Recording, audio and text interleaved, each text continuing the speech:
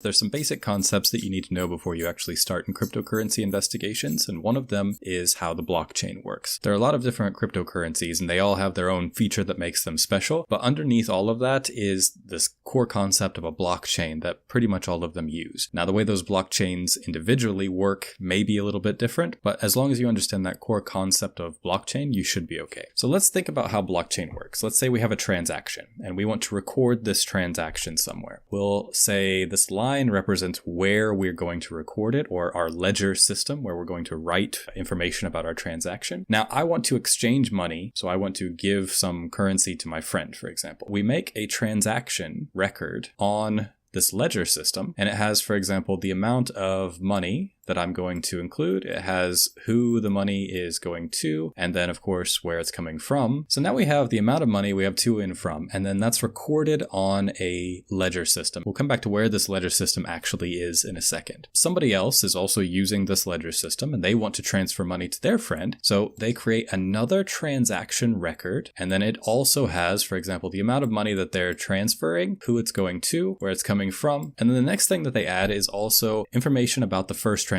that happened. So specifically the hash value. We create a hash value, and I'll just call it H1. And then we put H1 into the transaction record. And now what I can do is use H1 to verify this past record. Now we can keep doing this all day long, adding more and more transactions to the chain. Once I get to my last chain, then I have, for example, the $, to, from, and then H in. So whatever the most recent value is. I can use that hash value to validate the previous block in the blockchain. And if that hash value is correct, then all of the other hash values are correct down the chain. So this is a very basic system for making sure of the integrity of the overall chain. This is really all blockchain is. It's just a transaction record with information about hashes for prior transactions that are in the current record. That way we can do validation all the way back. This also means the more transactions we have, the harder it is to modify prior transactions. So for example, I would have to modify everything in the line if I wanted to go back and modify the H1 value. This ledger system that we're writing everything on is distributed. I can have my own node or my own computer keeping track of all of the transactions. Everyone else who's participating in that particular network can also have their own node monitoring and validating transactions. All of these nodes have their own copy, essentially, of all of these records. They're constantly doing validation against all of those records and making sure that everything actually is valid. So if one of these nodes comes in and says the value of H1 was,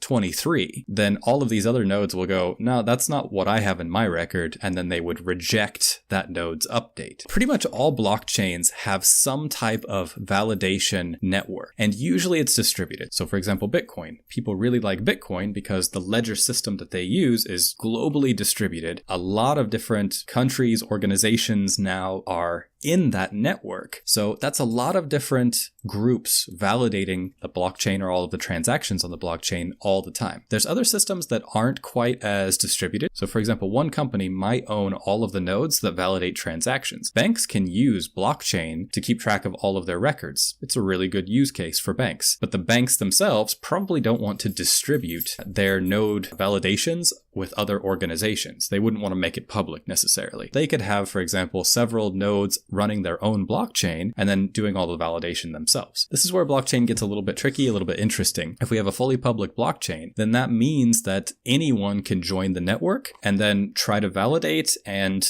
potentially try to maliciously alter some of the transactions in that chain. We could have a globally distributed blockchain system, or we could have a blockchain system that is controlled essentially by one or only a couple companies, or just a single entity. One node validating those transactions would still work in terms of blockchain. Now, whenever we talk about most of the popular cryptocurrencies, they are globally distributed, and lots of different competing interests can validate transactions on that ledger system. The way that the blockchain is maintained determines how susceptible it is to certain attacks. So we have a ledger system, and this ledger system, this information is completely distributed to all nodes on the network. It could be public, which means everyone can get access. It could be private, which means a single organization has that information. Some layer is validating new transactions that are added to this ledger system. So we have a way to record transactions that is very, very difficult to modify. And over time, it just strengthens the overall chain. So we can put all sorts of information into this ledger system. It doesn't have to be just, how much money was transferred or whatever. I could record, for example, usernames. Let's say that I own a website. I have a transaction. I have the username here for, let's say, user 1. And this user obviously could update their username. We don't modify this particular transaction. Instead, we write a new transaction, update the username to UN2, something like that, right? So I've edited now the username. In my system, whenever I'm going through it, I can just check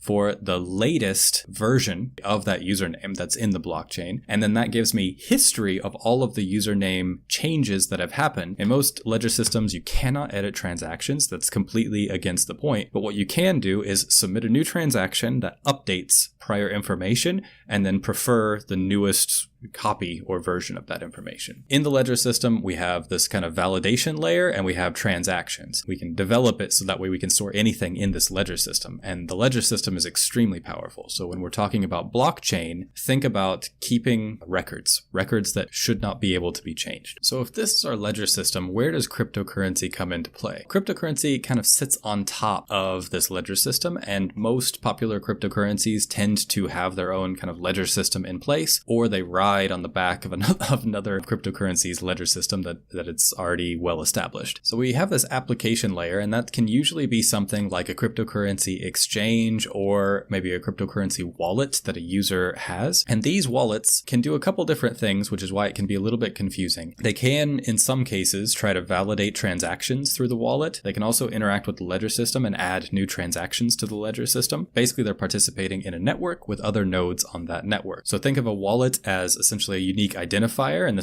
would be for example, your Bitcoin address. And using that Bitcoin address, you can both submit new transactions and also receive transactions. So a wallet is essentially just an interface for the ledger system. And cryptocurrencies are just value that's created at this application layer. So that's kind of the basics of blockchain. We have some sort of ledger system, and that is a chain of blocks or a chain of transactions that happen. We have some sort of validator system network sitting underneath there, continuously validating transactions and adding new transactions to the chain. And then this application layer, which is where the users are using a wallet to interact and attempting to submit new transactions or read transactions from that ledger system. In most cases, if you just think about cryptocurrencies in terms of the ledger system for investigations, it's going to be way more straightforward. So I hope that was helpful. A little quick introduction into the basics of blockchain. Validation mechanisms are different. Even the way the blockchain works and what types of information can be stored are a little bit different, but this will at least get you started. Thank you very much.